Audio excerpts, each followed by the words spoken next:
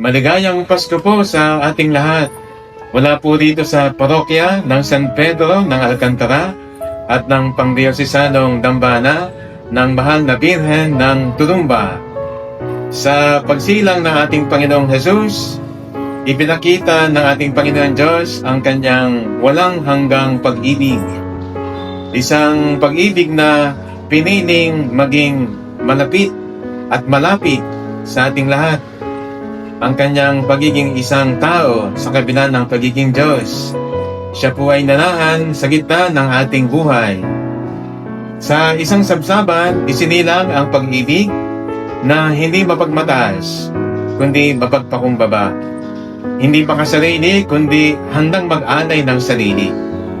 Ang Pasko po ay panahon kung kailan mas malinaw nating nararamdaman ang pag-ibig ng Diyos sa pamamagitan ng ating mga pamilya, ng ating mga kaibigan, at sa bawat salo-salo, sa tawanan at sa mga simpleng pagsasama natin, na ipapakita natin na ang pag-ibig ng Diyos ay buhay at kumikilos sa ating mga tahanan.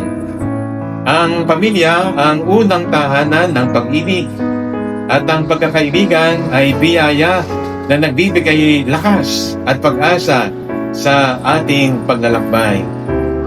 Kaya nga po sa diwa po pa rin ng taon ng Jubileo, inaanyayahan po tayo na gawing pagkakataon ang Pasko upang maghilom ang lahat ng ating mga sugat.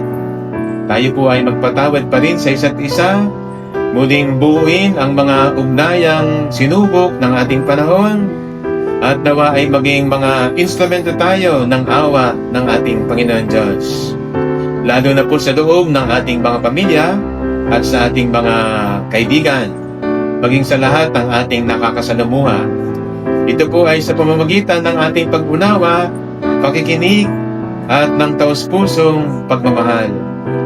Kaya po, nawa, ang pagsilang ng ating Panginoong Jesus ang magdala sa atin ng kapayapaan sa ating mga puso at sa ating mga tahanan, at magpaalala sa ating lahat ng tunay na diwa ng pag-ibig.